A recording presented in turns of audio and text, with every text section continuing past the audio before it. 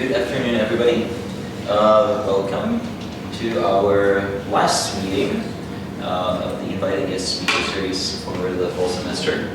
This year, the last meeting is taking place a little bit earlier than usual, and that is due to a confluence of Thanksgiving, fall break, the actual conference happening next weekend, and then a few other things. So, long story short, we are here in 2 days.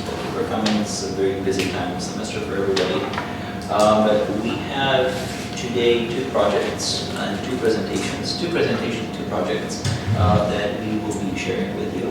Both projects were funded by the LRC Instructional Innovation Grant awarded in the fall of 2018. So a year ago, from that point onwards, the recipients had 1 year to develop their projects.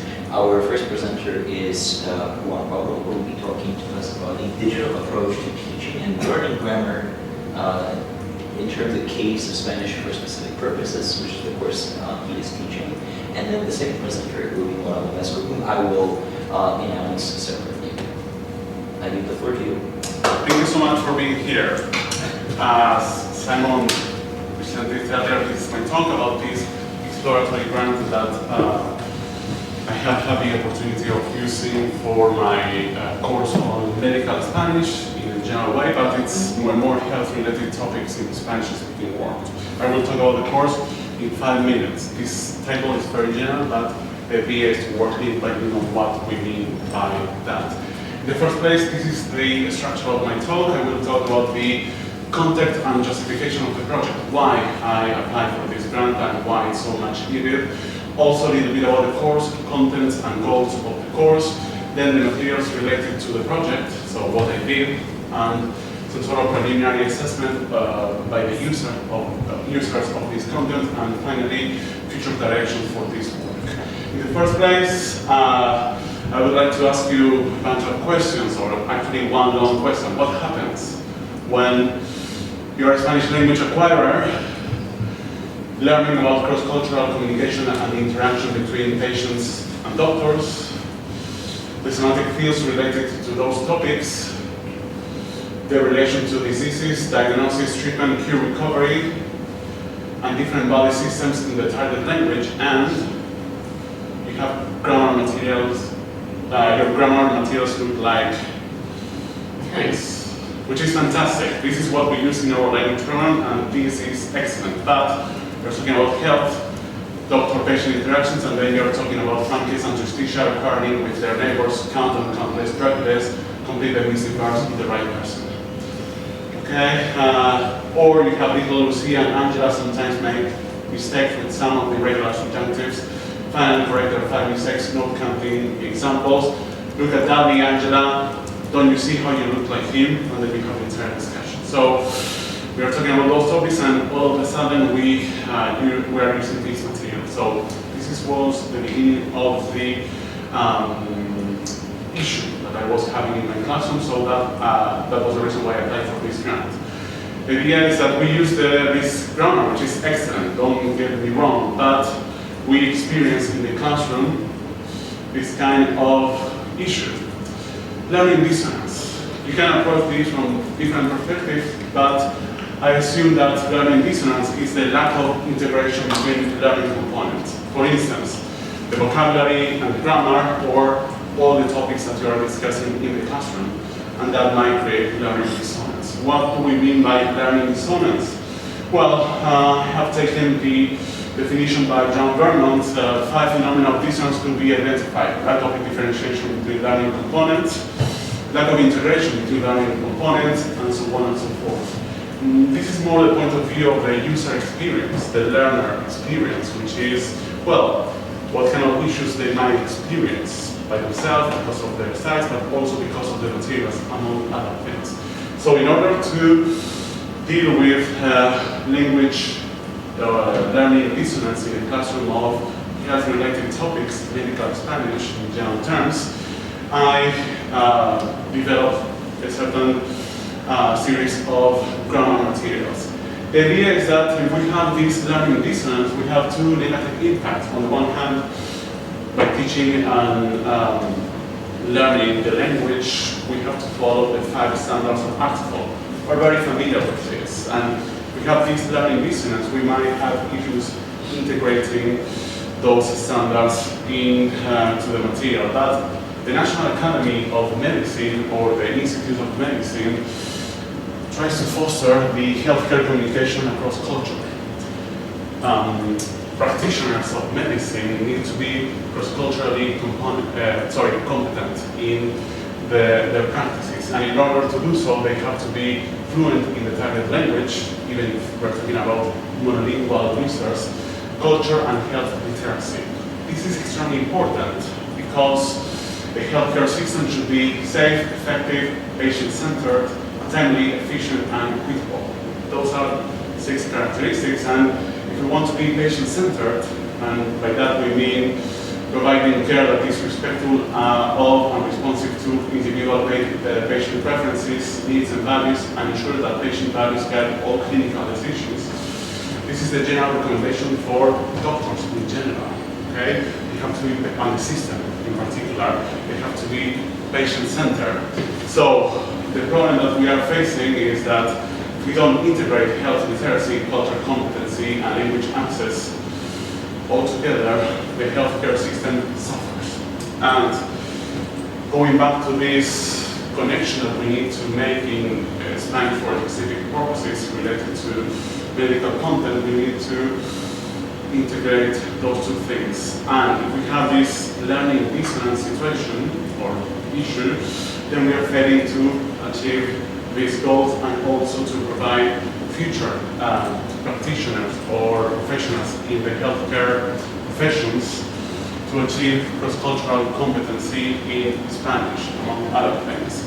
So that was the reason why I wanted to develop these materials, and I was trying to answer this question: how do we start making the connection between developing teaching and learning series of materials that can fit well with the 5 standards and also with the development of cross-cultural competence according to the interest of the National Academy of Sciences?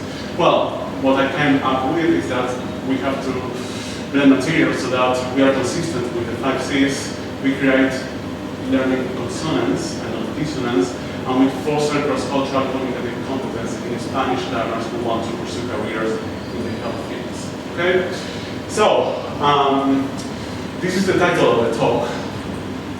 The course that I teach, among others, is Spanish 2103, Intermediate Spanish 2, and this is a description of the course. This is an intensive course in Spanish language communicative competence with an emphasis on oral interaction, reading, writing, and culture at an intermediate level 2, with focus on health-related topics in the Spanish-speaking world. Sensu stricto is not a medical Spanish traditional course. Why? Well, because what we try to do is blending the fields of humanities and the natural sciences, and how this is relevant for not only students who want to learn the language, but to pursue different careers in the fields of healthcare or in health in general.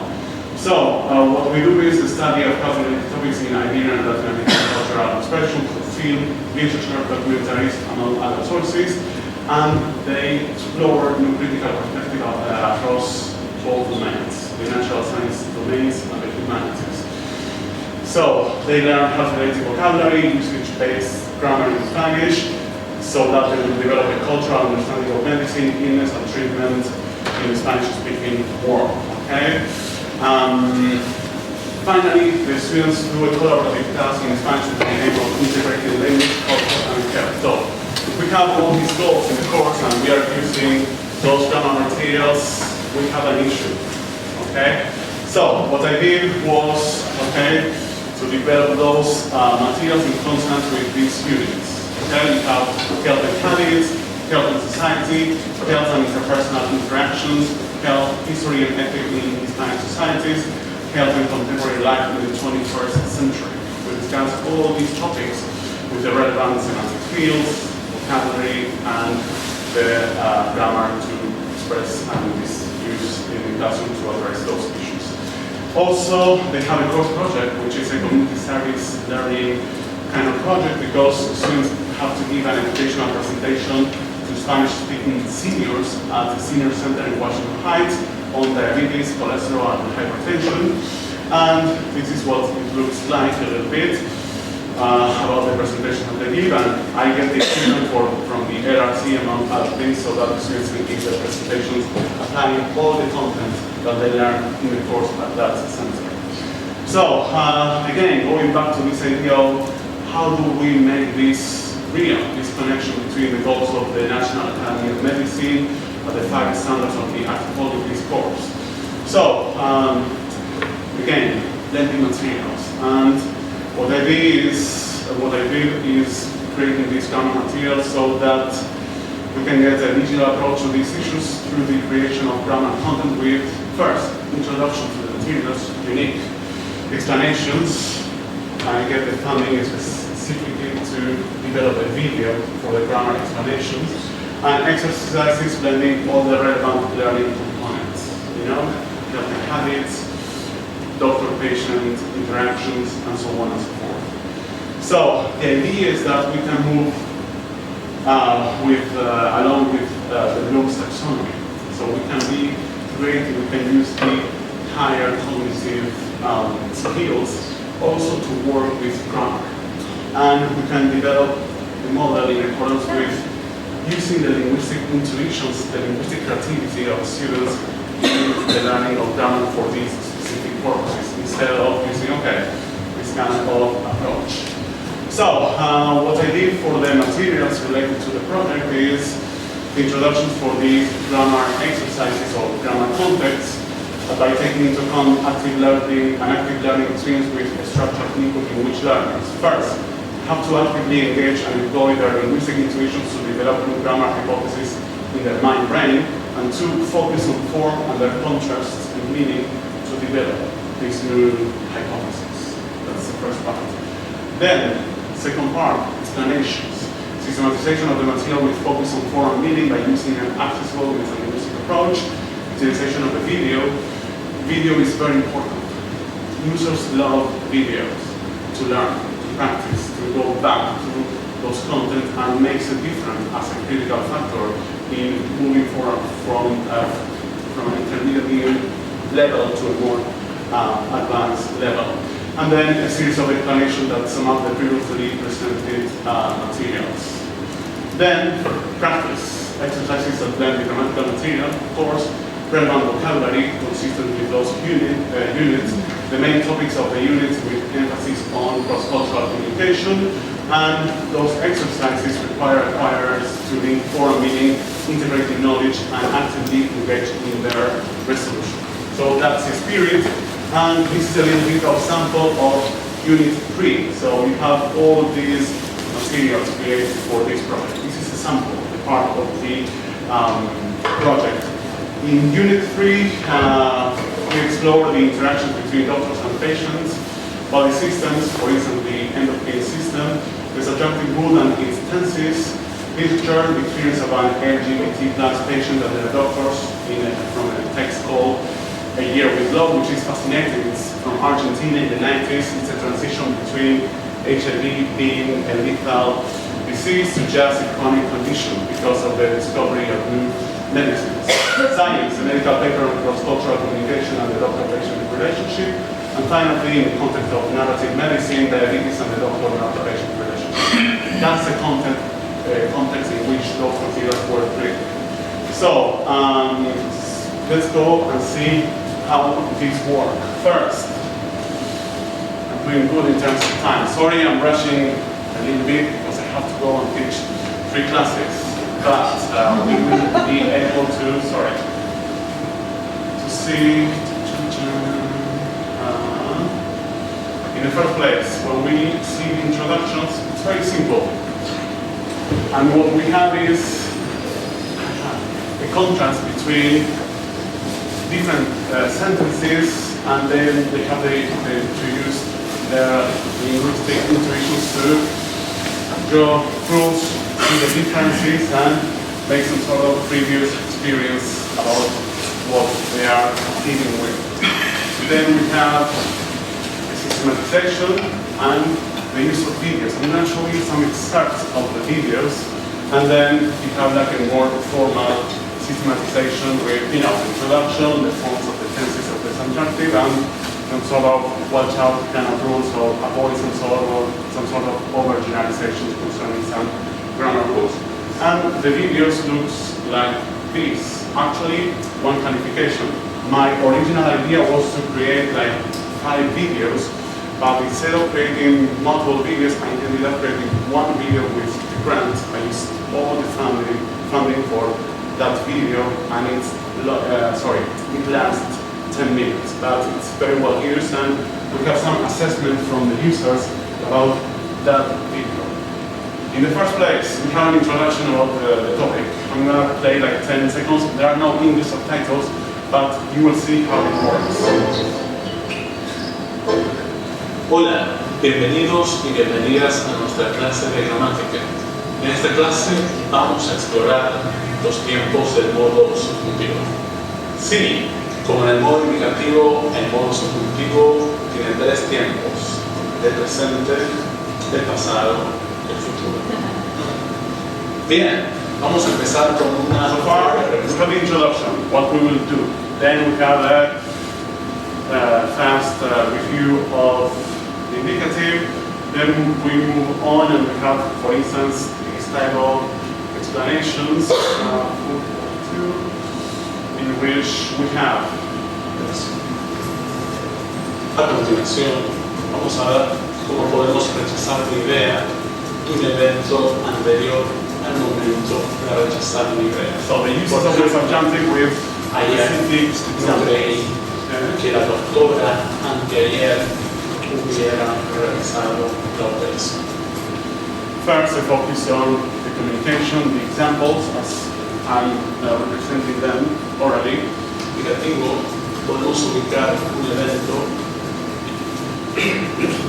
que la doctora anteayer hubiera realizado. Este tipo de subjuntivo es el desconperfecto del subjuntivo o el pasado y el pasado del subjuntivo. Una regla para formar el desconperfecto del subjuntivo es muy simple. So we have a rule. Usamos el verbo haber en el imperfecto del subjuntivo, hubiera y el participio. Por ejemplo, yo hubiera realizado.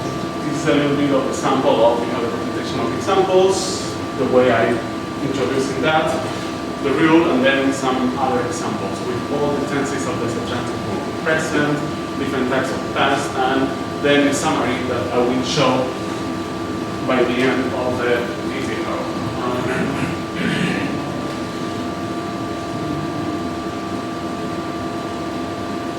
Siguientes formas del subjuntivo. El presente. So we sum up with a very clear review of what was done before, okay, with explanation, and finally what we have is the connection with the future content, grammatical content. Perfecto. Exacto. Con esto terminamos las clases sobre los tiempos del modo subjuntivo.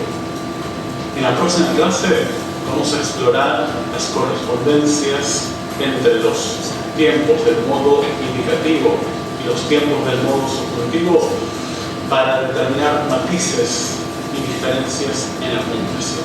¡Chao! So finally we connect with the future lessons by using other videos. So introduction, development of the topics, sum up of the grammatical explanations, and finally connection with the other videos. That's the dynamics. Finally, we have, in addition to the systematization, for instance, the practice of exercises. I developed these type of exercises to integrate, for instance, literature with grammar, so there is consonance in the learning experience of the user. For instance, remember, like A Year Without Love, the diary on the HFE experience, so we use all the tenses of the subjunctive, but focusing on format. In order to get that, you have to have completed the previous exercises, reading the material, and also pay attention to the form of this content. We are reviewing the vocabulary, the main topic that we were discussing, literature, and the uses of the tenses of the subjunctive in context related to those materials. And finally, what you have also is like filling the blanks, but integrating, as I said before, all the content, vocabulary, topics, and so on and so forth. But in order to get the right tense of the subjunctive, we have to read very carefully the content of the sentence. So you have to not just focus on form or complete with certain form, you have to integrate everything that we have previously used and also understand in a deep way what we are talking about. Okay, that's experience. The introduction of the topic by creating and using the expectations of users, explanations with the video, with data structure, and systematization with written material, and then all these practice items or series of activities in which we focus on the grammar content, but we have to integrate all the previously work material from the classroom and also from other materials concerning literature, concerning the main topics of discussion. Okay? So that was the main experience with the with the development of the grammar materials for that specific unit as an example of what I did, and as I said before, I use those funds to create those 10 minutes of video. It takes a long time to create a video of that quality.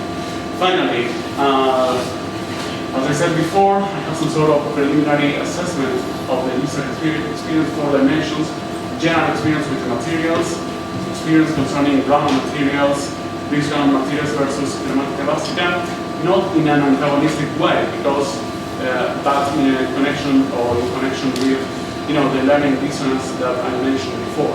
And finally, the video experience, 10 minutes, what happens? That's it. So overall, thumbs up. Okay. We have I got like feedback, like the presentation was very good. I really like that you included examples of the top of each of the sections, so it gave me a clear sense of what had to be done. The sections really helped me progress through the different tenses of the subjunctive. I like using the online materials. I felt it was good practice for the subjunctive tenses.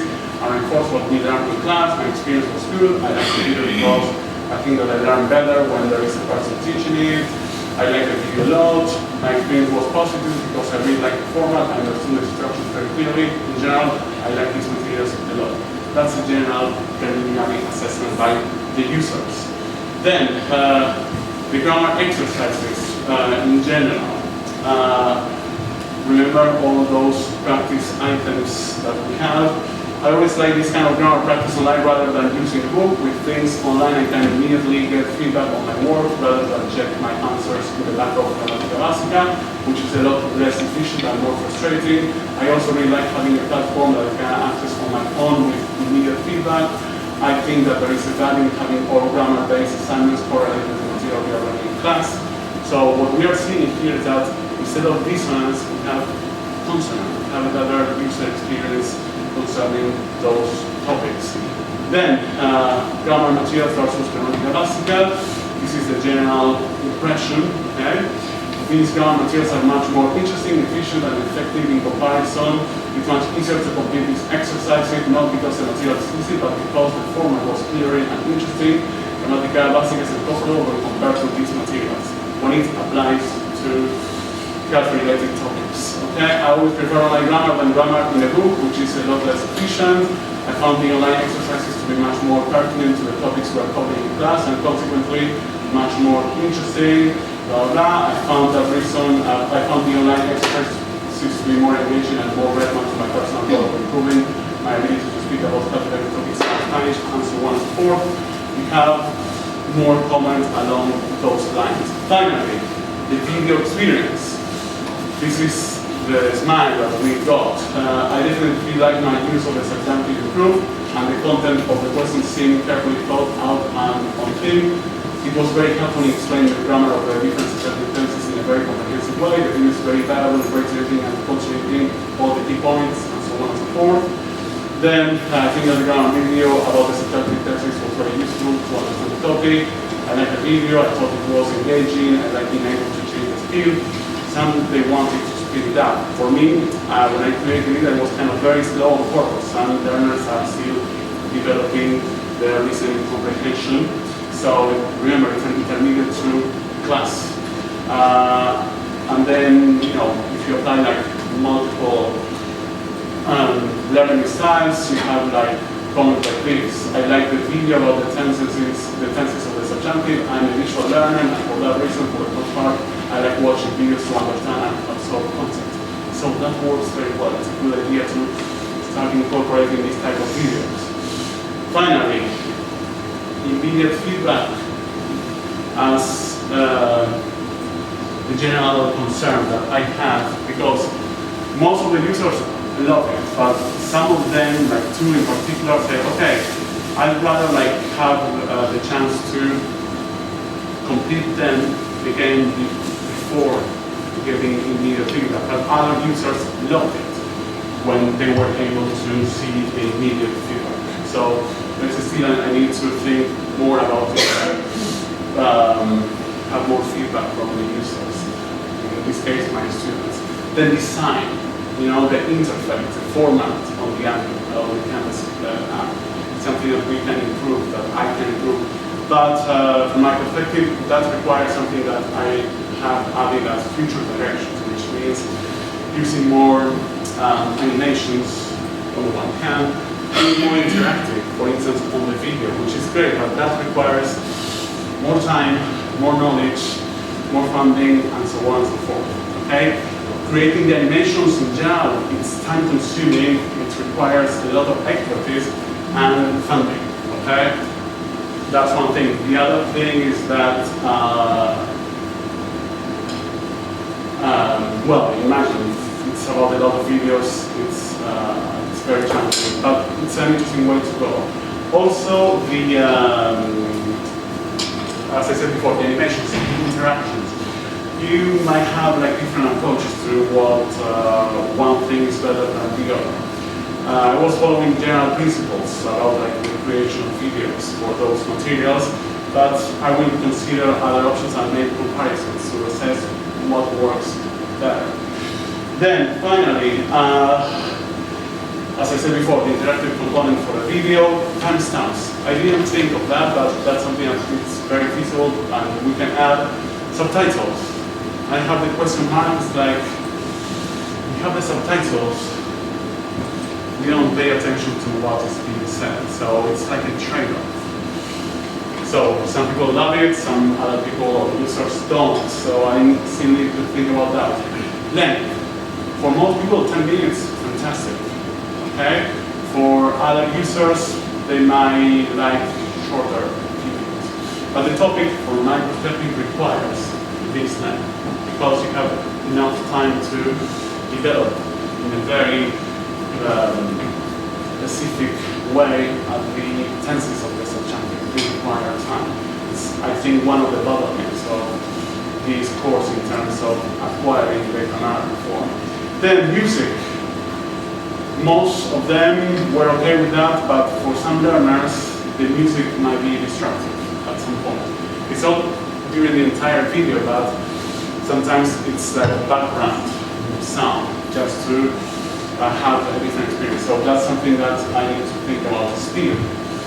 Some of them speeding down.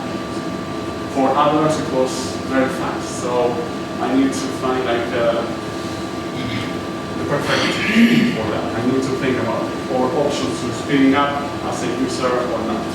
Finally, instead of learning dissonance and lack of integration between learning components, we can have learning consonants and integration between learning components. That's the idea of this entire project.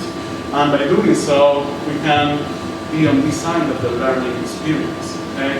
We can use all the linguistic intuitions of second language learners to develop new grammar hypotheses and reformulate them in an active and creative way. Then we can also apply these ideas to the grammar component and creating consonant with the other part of the course. And finally, we can create these bridges in a much more effective way by using the grammar materials. Finally, future directions. Create a series of grammar videos for every unit. I used all the ground for one particular video. Then incorporate an interactive component within the videos and also after the research section, if it's possible, for the reasons that I said before. Then to integrate animation for more visual learners in which the categories and their meanings are visually explained along the verbalization. Homogenize the format and design for different platforms. Remember the interface thing. And finally, work on general design, developing a more visually attractive form. Sometimes it's very wordy. We can create more stuff, but again, that requires time, expertise, and funding in order to do so. So those are the future directions to continue developing this project. So thank you very much. You can reach me here, and thanks.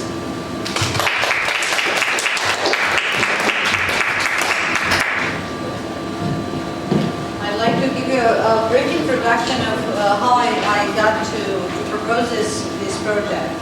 That is an exploratory project, although my encounters with using authentic heritage language materials have dated for a while.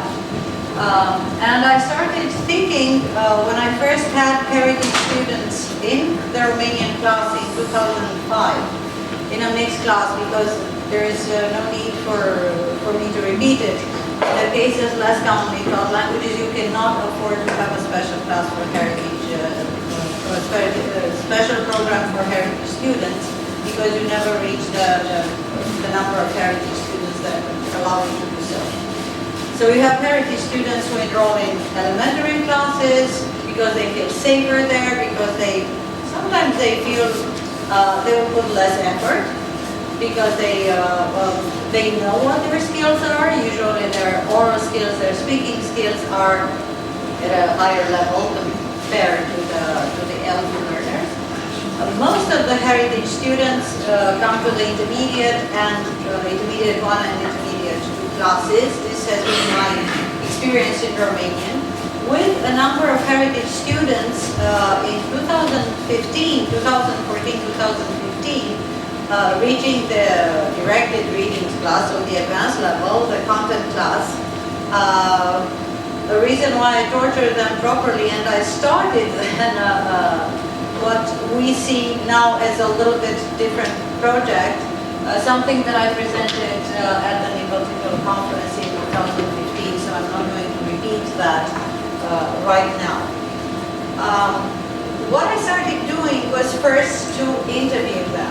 Because with language speakers, you need to know where they are and how they relate to their linguistic and cultural identity. And although the literature in the field has been quite robust during the last 2 decades, and there are some basic repetitive findings that we can apply to all heritage language learners, be those learners of Spanish, of Russian, of whatever other heritage language, or Chinese. I guess it's not unimportant to really interview and to really screen, sorry for the word, your heritage language students, because there may be particularities that will enable you as a class instructor and as someone who comes up with new materials for learning. They may provide some information that cannot be so easily pigeonholed into the findings of the literature, although one should not ignore that literature. So what I found out, before interviewing my heritage language learners, I tried to correlate this, or not before, but in parallel with this, I tried to correlate this, to corroborate this with the history and the literature about heritage Romanian speakers in the United States. Because basically you deal with a community that exists here. So whatever findings, whatever literature you apply onto them, you have to be aware whether there's something that was written, how they represent themselves or how they relate to their cultural identity. So obviously, my colleague started with Dracula, Countess Dracula, in the grammar book. Obviously, there is a dual self-defined cultural and linguistic identity with very predictable generation 1 heritage language speakers who don't want to have anything to do with the language once they are here, who encourage their generation 2 and generation 3 heritage language speakers to perform in an English-only environment, even at home. And these are not people who emigrated out of political reasons immediately after World War II with the onset of communism, because, let's be frank, those are no longer alive, or very few of them are still alive to provide, or if they are alive, they are not willing to provide information, or they are simply not interested in participating in such projects, period. Now, this is one thing. The second important element, to my mind, I don't know, is a very tense relation with the country, with the old country. And for this we have the historic immigration and the historic community here. That was researched in 1929, the last time, thank you very much, by someone who presented a PhD dissertation here at Columbia University, and it was a sociolinguistic / ethnographic / anthropological research upon 100 families in the Romanian community in Chicago and in the surrounding areas. But we realized information from 1929, a certain type of community, although interesting in historical data. From the point of view of linguistics, there are three main accounts on Romanian heritage language in the US. One is from the late 60s, Vanca Hacular, which again relies on the particularities of the old community in the Midwest, mainly made of people who worked these more modest jobs and had a, let's say, a slightly modest education as compared to what we see right now, or people who are very connected to their domestic environment, especially the ladies, the old elderly ladies. On the other hand, there is in 1982 an exploration in phonostatistics by Alexandra Rocheric, which is very mathematically done, and it records particularities of speakers in the Washington, D.C. area, Virginia, surrounding areas, and a little bit in the Midwest. So that's it. There is new research, comparative new research by Ramona Gâșu and Susana Montrul, Spanish and Romanian, attrition, direct object, blah blah, the problem of attrition and direct object in Romanian and Spanish, but nothing really that goes deeper into the particularities, identity, the ways in which the age of current speakers relate to their language, not of origin, because some of them are second and third generation, and obviously it's the dominant language. Their first language is English, but how they relate to a culture whose language they are trying to master, and why are the reasons that they take these classes, and how we can help them better to share their background and to progress in these classes, because we all know that heritage speakers sometimes fall behind the L2 speakers when in the same classroom, because they have the dress and they wear less, they are, I know this, sometimes there are little stars there when the instructor asks them to communicate and to teach, to be facilitators for their L2 learners. So there is a glitch there. That's how I thought how I can use their own productions, not necessarily the students, although I have one material based on a student on a student's performance, linguistic performance, but of some heritage language speakers here in the community who can provide content and who can provide a version of Romanian that heritage language learners recognize. So the second one is a tense relation with the country. So God forbid that you go with a recorder to a Romanian church even now, and you're unless you interact with educated people, with people who became friendly.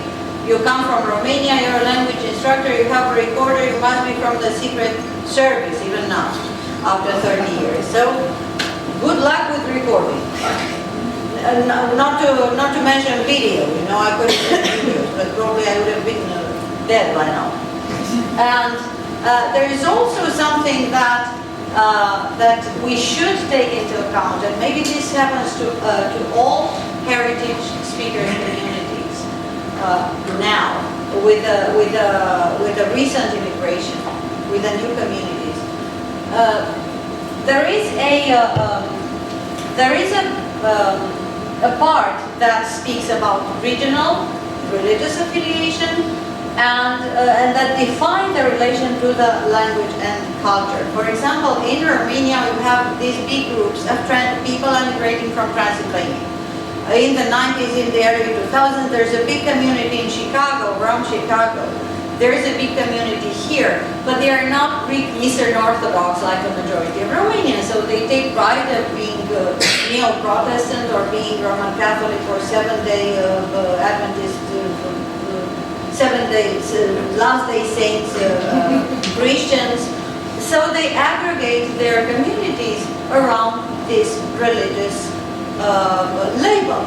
Obviously, they help each other, they create a community, and they practice Romanian as it is spoken with a regional, in a regional patois. Romanian, standard Romanian doesn't have dialects in the sense that they are not mutually intelligible. It's closer to what we call patois. There are phonetic differences, but you can recognize them, and slight vocabulary borrowings, but otherwise it's fine. So they use this regional version of the language, which the second generation of speakers, and I have students coming from that community. That's why I thought this should be something we should factor in, and it's important to bring it forward and to ask you if you have a similar situation in your heritage language communities or students. I mean, if there is something of importance, or it's just something that I should discard in my further exploration of this. So they take pride in this. They provided the original version of Romanian, and I had a student, actually two recent students coming from such communities in Florida this time. And I asked them, and I told them, you know, in standard Romanian, this is the pronunciation, or this is the word, but it's fine. Yours is regional, and we should learn it as it is, and thank you for sharing with us, and this for the. They say, no, this is standard. They say, well, let me show you, let's see. Let's explore together in the classroom. Say, no, this is standard because this is how it's pronounced in our church, and this is how my parents taught me. And say, okay, that's fine. But it's important that it's not only one case that reacted like this. You know, going to my interviews and notes since 2005, when I started recording bits and pieces and exploring these type of learners, I saw that there's something recurrent with, at least in my case. I don't know if it is about the languages or cultures. I cannot say, well, it's like this for everyone. Now, so I would call this the power of difference in relating to the heritage language and culture. And we'll see a little bit later. To me, it's one of the important factors in a multi-layered identity and multi-layered linguistic and cultural identity that a heritage learner is, or heritage learner group. Now, the fourth, the 1, 2, 3, I forget how to count. 4, yes, good. Another subgroup, I would call, is the Jewish Romanian community, which has been very little explored recently. Because, you know, we all think of the Yiddish community on Lower East Side, okay, that's fine, it's the theater, it's the music, it's the class where they came from Romania, they did this, they did that, they spoke Yiddish.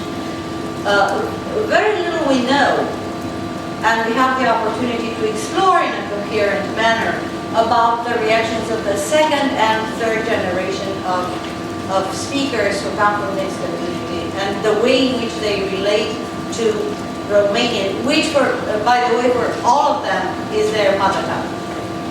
No matter when their parents immigrated or grandparents or blah blah, or their ancestors' tongue. If they came from Romania, all Jewish Romanian people whom I interviewed, and I had the opportunity to do this 10 years ago in Israel at the Tel Aviv University for a very short time, for a month, teaching there. They all say the same thing. They say, we are Romanians, we come from Romania, our parents, our grandparents spoke Romanian. So the second generation and third generation descendants, as I encounter them in my classroom, relate to the language in a more cultural heritage manner. And they are very open, saying, I want to learn the language, I want to gain EU citizenship if they don't have it, you know, as a former to gain Romanian citizenship, therefore EU citizenship for all. I want to do business there, I want to read the documents that come from my family, I want to go and visit the whatever place of origin of my family. So I would say that this, what is called in heritage language teaching, creating context zones, and has been recently explored, should be more thoroughly explored. So for this, I guess these are my. I have a 1-hour video with my students last year. I won't pester you with that. I filmed my interview in a classroom. My big group. I caught a group of 7 heritage students 2 years ago. So there was a feast. And they agreed to participate in this video and to speak about their experience. And this was again a starting point when I started to create these materials and test them, you know, not as coherently as my colleague did with medical Spanish, but it's still a work in progress, funded or not, I'm going to continue it. So it's very interesting. We all know this is a self-hate representation of the minority, you know, at some point. No, it's true. There's a combination of nostalgia and self-hate. I'll take you to communities and you see. I say where I'm coming from and see the world. You come from the country, yeah.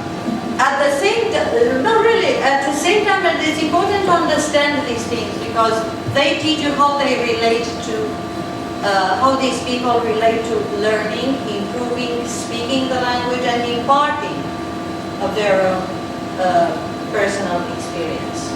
And sometimes they are, of course, they are predictable. They're the general, the framework is predictable. Then you have, there is the proneness, as in the case of all heritage speakers, to stereotype what is Romanian-ness while struggling for uniqueness. So there's this paradox, this schizoid, if you want it, element in the heritage speakers, and probably it happens with other learners and communities. And their attitude is usually handed on by their immediate family, and this is very visible in the second and third generation of native speakers. And a long time I had, you know, people reinventing events that never checked out in reality, because this is how they're in the Romanian history, because this is how their parents told them to be, and their immediate family was a family of heroes. And it's very interesting to explore this other side in the relation to the culture of creating this family lore in carrying on with oral histories, right, of their families, and how you can integrate that in teaching.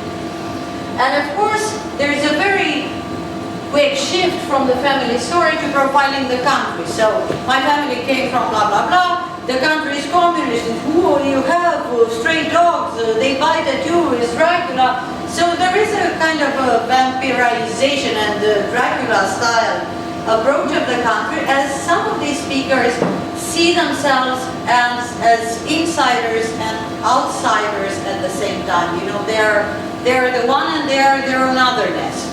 So in this very tense dialogue with themselves and with their own identities, probably lies the essence of what we should do.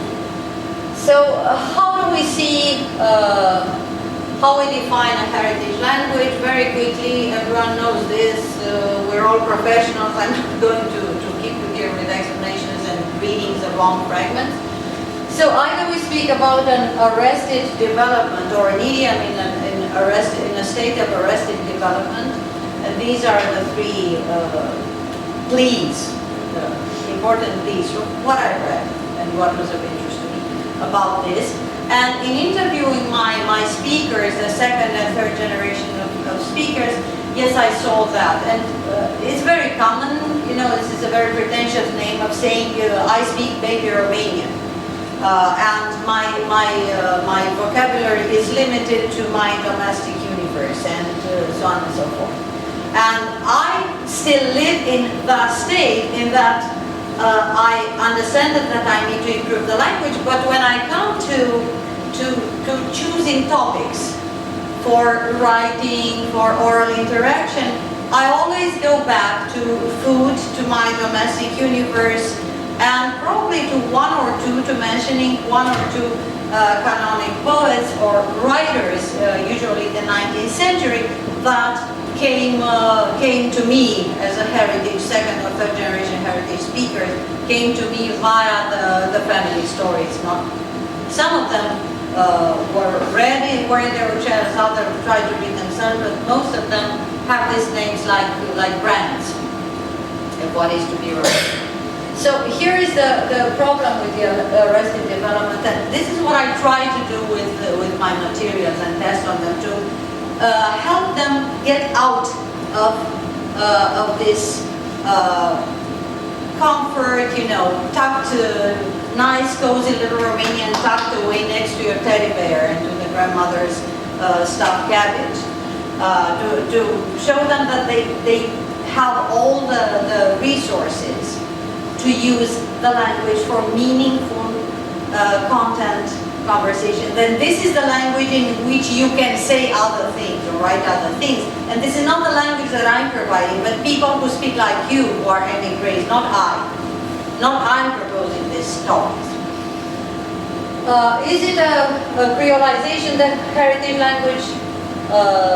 Is it a creolization of the language? Yes, it is. Is it a distinct dialect? I maintain this that Romanian spoken in the United States now can be a distinct dialect. Yet again, you can find a similar dialect with a younger generation of Romanians who pepper their son, who live in Romania, not here, who pepper their Romanian with a lot of English loan translations and even English syntax, distorting the syntax of a Romance language, which is totally different. And probably this is not something that happens only to us. I don't want to be Romanian here. Oh, everything bad happens to us.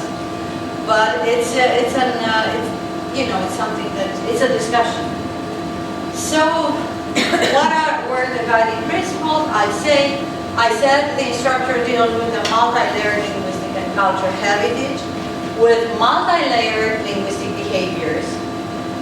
And I try to explore, create, and encourage contact zones. Where are your contact zones? Here. So contact zones, as they were defined by Pereira and Kagan in their seminal work on heritage language and the prospect of heritage language for the next 50 years, published by ACFO. Is pooling linguistic repertoires. Context zones frequently exhibit what is known as distributed competence. So I try to rely on this distributed competence when I created materials. And I'm going to show you just two quick examples of materials. Yeah, let's see if I can. There. Here is one.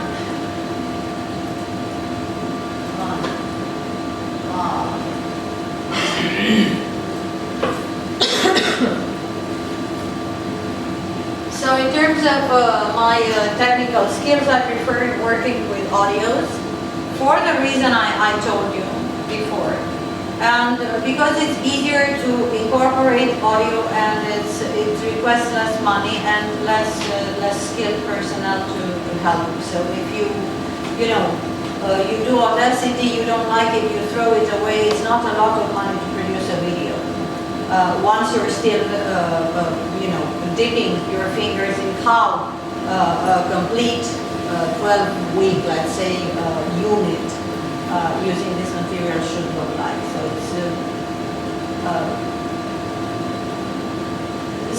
This is an audio provided by the second generation. I wrote first here, I don't know, for some reason, born in the US.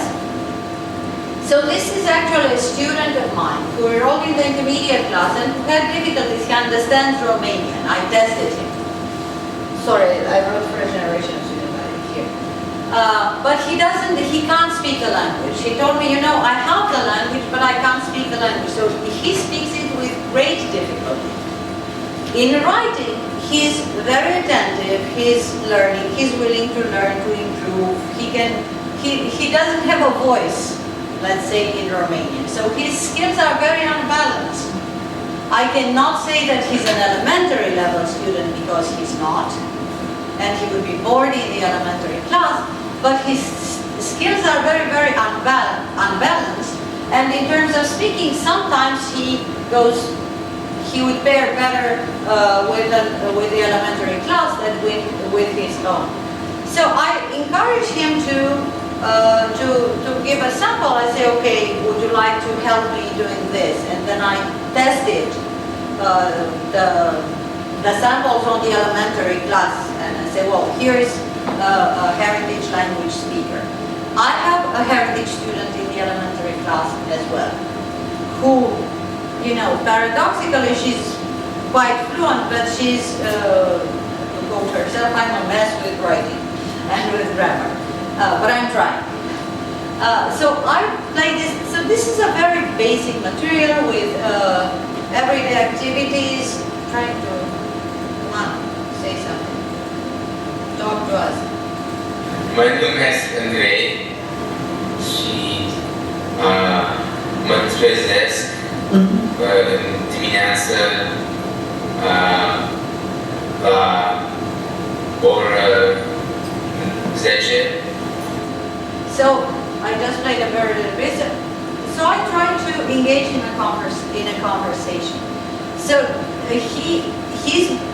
he's never been so fluent and so happy, and with all the you should hear the in our car, and my but his vocabulary is limited. So he's practically describing his morning routine. So this is something that can be used. No, sorry. This is something that can be used in an elementary class with the voice of a heritage language speaker. Of course, there are a lot of English words. So here I created some activities, which are the routine activities for the elementary class. I put them in English because I wanted it to make sense for everybody. So it's not that I put them in English. Rewrite the fragment, blah blah, underline the verb, because he repeated a lot the verb. I do this, I do this, I do this. And say, okay, let's identify that from the audio. Can we replace it? Can we say in a different manner? Let's do the standard Romanian, because he introduces a lot of English words. And here he said, I'm asking you, what are you studying at Cornell? And he says, I study mate. Mate is colloquial Romanian for mathematics.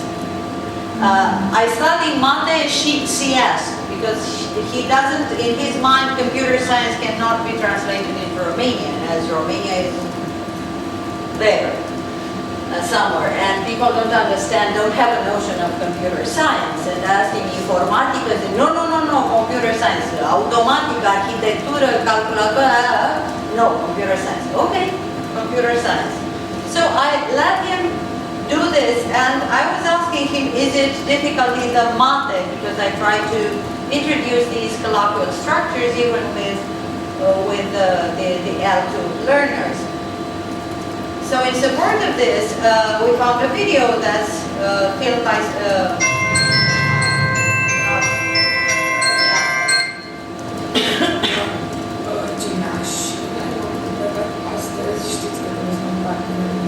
So now you have to, this is a Romanian blogger, she's a high school student. And she's speaking about teza la mate, which is the semestrial written paper in mathematics for high school students. We know teza because this is what we did in our time. And she speaks in using a lot of English words. So this is something that's filmed in Romania. So I paired this in the classroom. So okay, he says, I study math and CS, whatever. I study STEM, I want to become a scientist, I want to do my PhD. Okay, he says PhD in English, then I say doctorat, and he realizes PhD is doctorat, I say yes, doctorat, blah, blah, blah. And I want to, when I tested this in the classroom with the elementary students after a little while, when they could understand, I said, I played fragments of this video. I said, here, this is someone from Romania. I said, yeah, but she speaks a lot of, we understand because she uses a lot of English words. More than this, the other voice, who was the heritage language student. So we try to translate, integrate, to see what heritage speaking is and how people relate to the language. And of course there are many fragments here. I prefer, I want to go. So he speaks about his future plans, he speaks about his personal relations, about pastimes in Ithaca, that I go to a concert, I usually go hiking, I'm more interested in science than in, so I'm not going to keep you with these because these are activities that are current, you can use in certain ways. You can pair them with activities in the other little material that I'm going to show you. I know how to get rid of this. No. This is not good.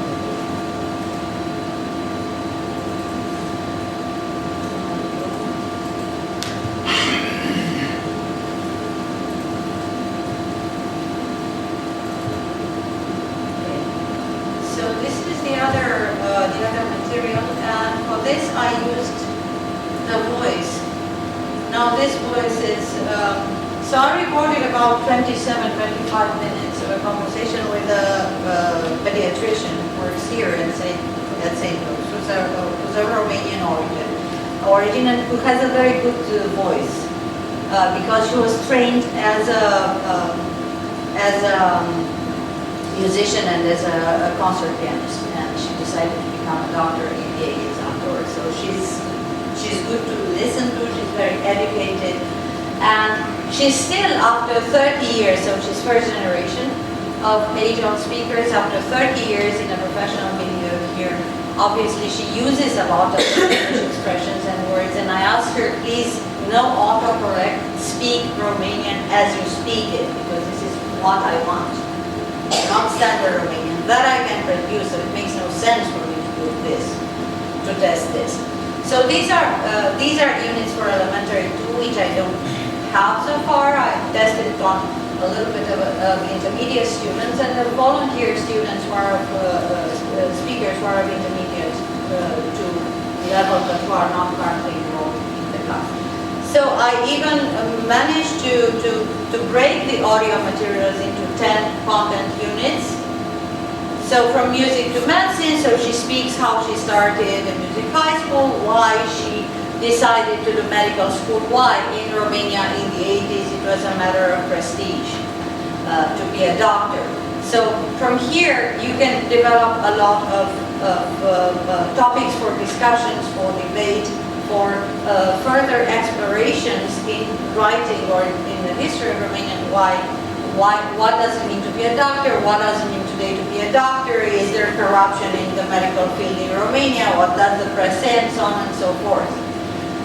Then choosing pediatrician, then vaccination. She speaks about vaccination, and this is a very good topic about vaccination and autism, vaccination and celebrities, and we have our Romanian celebrities. So I paired this with a video and some readings about the Romanian celebrity took the anti-vaccination position and how she was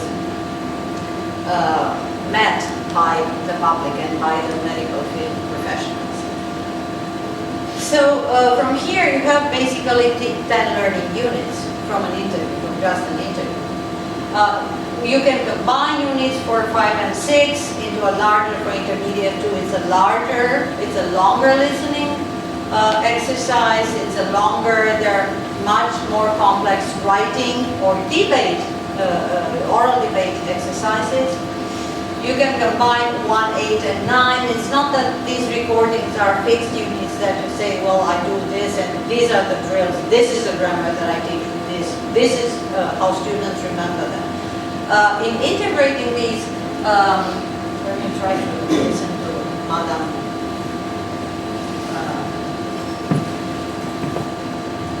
Okay, come on. Why don't you? Hey, so you have to take my word for it, because I don't know why it doesn't want to open this while I don't together.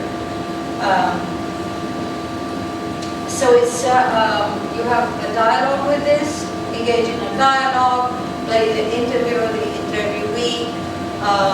Now, there is a fragment from a Romanian blog. So how were how was university education before 1990? So the people in the medical school learned a lot. They were the most prestigious. Very few of them planned that they would exceed from their first attempt to the medical school. They would have been happy to know, because it was really horrible to get into medical school in my generation. People took the entrance exams over and over again, some of them 6 or 7 years. Because basically you have thousands of candidates and you have 80 places per year. So surprisingly, numerous students in the medical school could be found in places and knew how to say and to do things that were not reachable to many. Such as, and you say, they were professionally discussing about any topic. You could see them in the theater, you could see them in a concert hall in Bucharest, you could see them in a literary club, at the Bibliothèque Française. At the French Library in downtown Bucharest. You could see them in the British Library on the Jules Michelet Street. You could see them in Cluba. Cluba was a kind of underground cultural club of students. So she speaks about, I was trained as a concert pianist, and then I went to medical school. And of course, you can connect this type of reading that I selected to this activity. Why is this? Do other activities with this. So it's they had a certain a high social status, they had money, they had this, they had that, and then of course you can do a comparative activity. So this is for high level students, you can do it with intermediate 1 if they're very performant, and 2, and so on. So you can, short articles, I gave them the keywords for contemporary medical profession, what you can look up, and so on. The fragments 4, 5, and 6, you have the vaccination in America, and she combines here, say, Guvernul kind of steps in when she speaks, so say, okay, how do you say this in Romanian?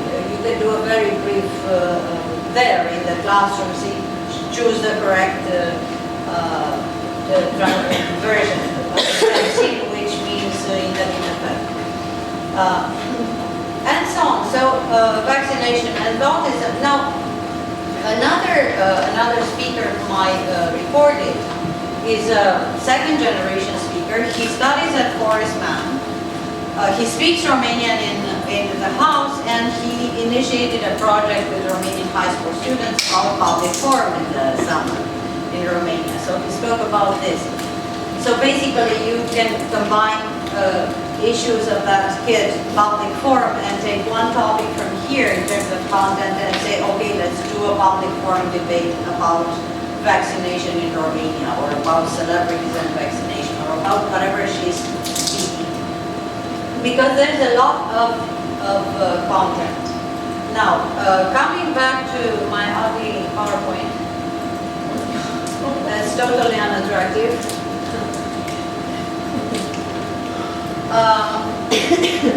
So these were the challenges. So apart from these successful stories out of which I selected two bits to present to you today,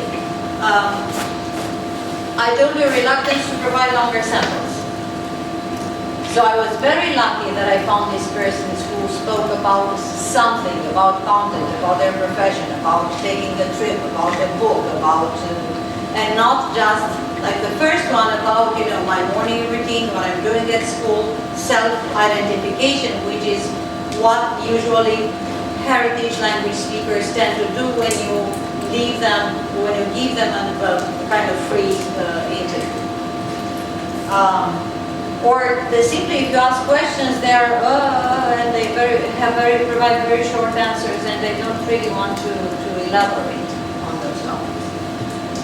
So there is a tendency to engage in a discourse in extremes, which I called it, and either just the personal identification, or at the other end of the spectrum, people who feel obliged when you ask them, when you engage in a conversation in the Romanian language, they feel obliged to teach others about their political and religious convictions in Romanian, and to teach the younger generation about that. So that's the other extreme, and you realize it's very little you can use of that kind of a discourse without the risk of being offensive to the learner, or the learner being simply uninterested in grandma, whoever speaking about these.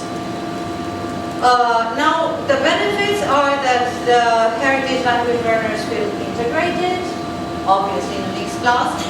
They act as facilitators, which can modify their attitude towards the heritage language, and testing these on elementary students and on other volunteers. I could see that they are more open to admit that they're okay, that they don't have to correct it. They don't speak a wrong Romanian, but they speak a different Romanian, and that can be used for further learning. But they have to put in the effort.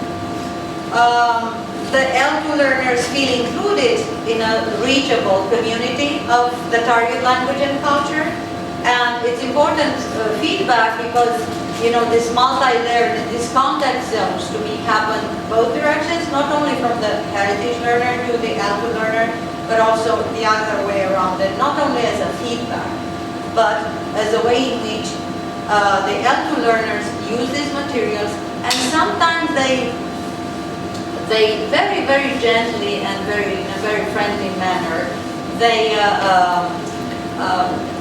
monitor and they manage, in a way, the heritage learners' tendency to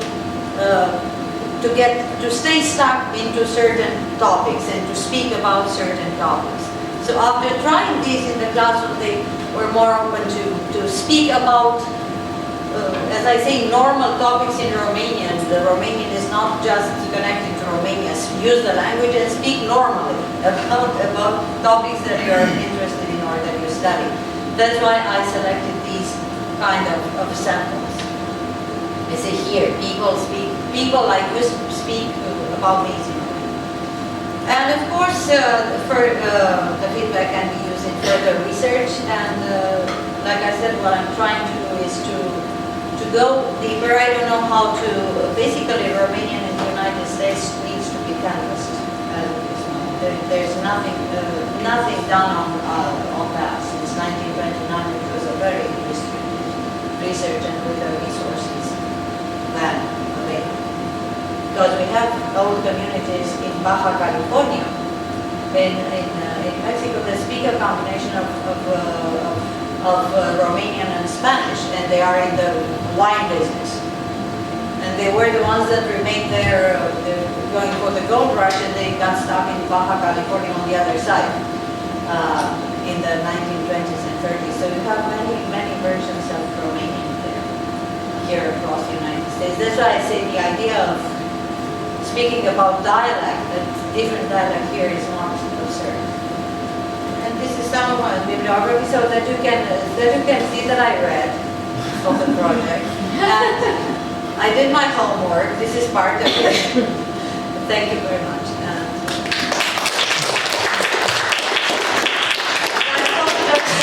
The PowerPoint presentation.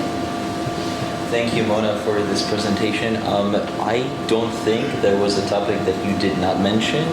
We had everything from Christmas to Romanian communism. Let us open the floor to questions now, if there are any.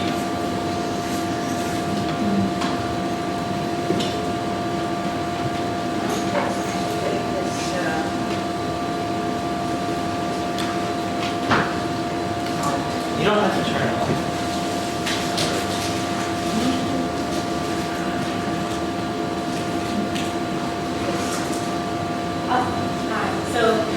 So you know who I am. Yes, of Thank course you for the invitation. I know who you are. Yes, so 2 Fridays ago, I had the pleasure of attending one of the Dresser colloquiums with Dr. John Montefiore invited Dr. Oksana Mileko to speak about heritage speakers. And a lot of the examples you gave had to do with people who had this clear inability to exercise fluency in the language, right, in their sector. To exercise, sorry. Fluency. They were struggling with that. Now, where do you draw the line between the definition of heritage speakers? So, are they all hesitant and clumsy and not, No, Okay. because these persons, it depends on the generation, and probably the talk in which you participated 2 weeks ago tackled the same things, because there's a difference between the first generation heritage speakers in terms of fluency, and also there's the coming generation, the second and third, and it also depends on the attitude of the speaker in the immediate environment for the second and third generation, whether they choose to speak the language in the house, whether they choose to expose their descendants to reading, learning, culturing, whatever form is available. So you can't say, well, this is the profile of a heritage speaker. They're not fluent, they have bad grammar, all of them, and we have to fix them. This was not the idea of my project. We don't have to fix them. We have to use their version of the language, and then tell them, well, this is standard Romanian, this is the type of Romanian of a heritage speaker. So some of what we perceive as errors in standard Romanian are the particularities of a heritage speaker. And this is how it is. It's not that I like it or I don't like it.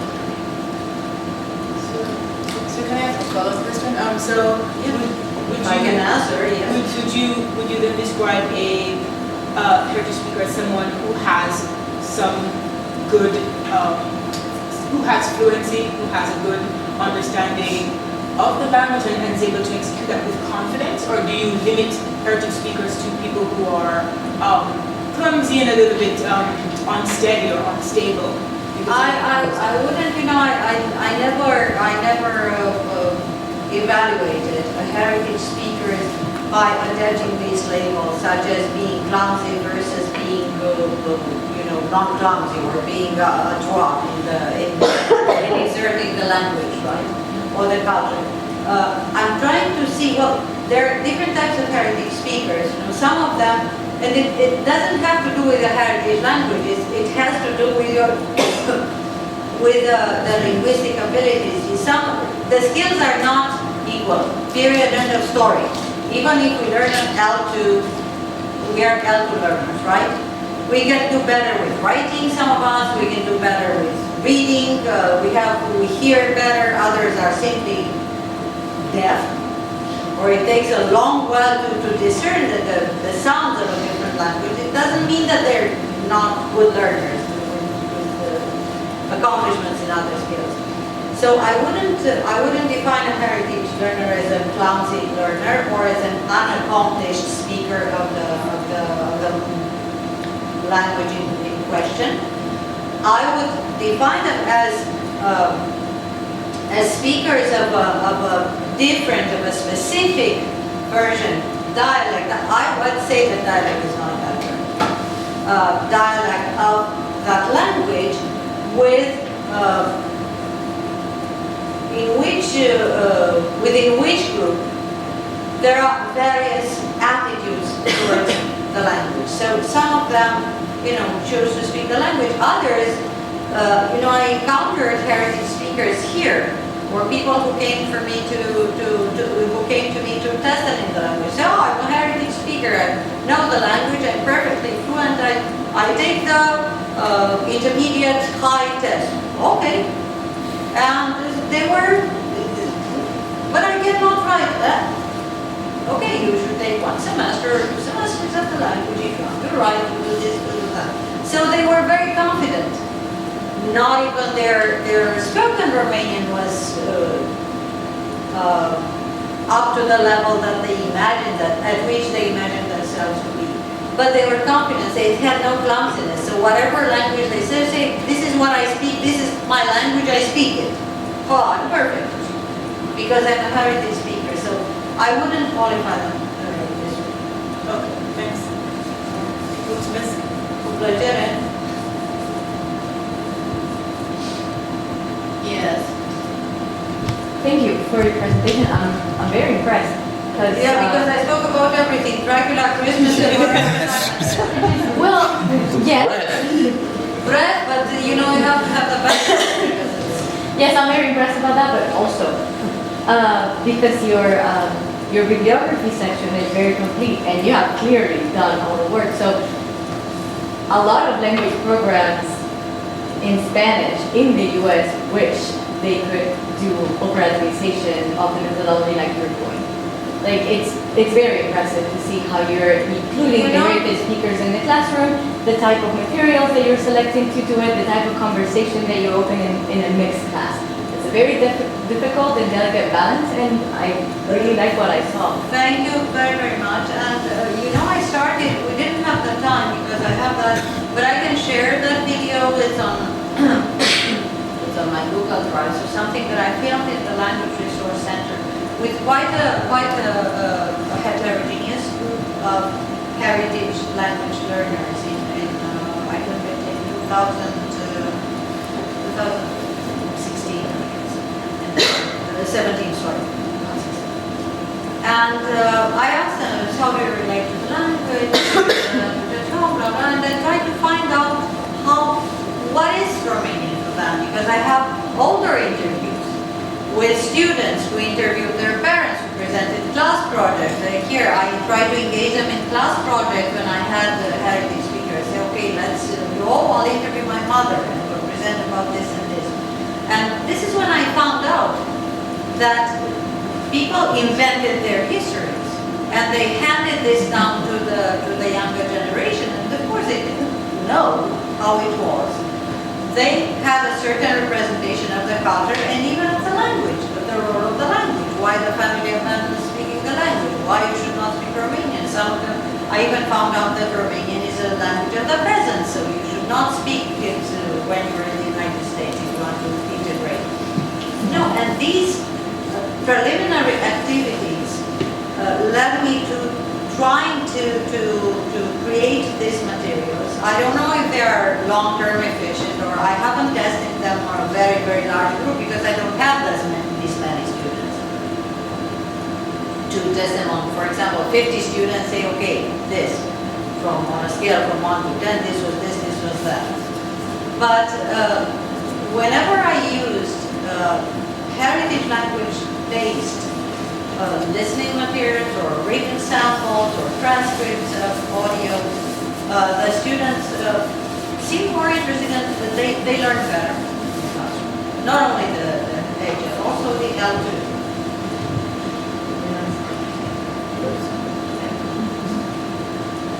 Now maybe, there's a saying in Romanian, let's do the dishes because maybe our guest wants to go home. Have a wonderful evening. Thank you, Mona.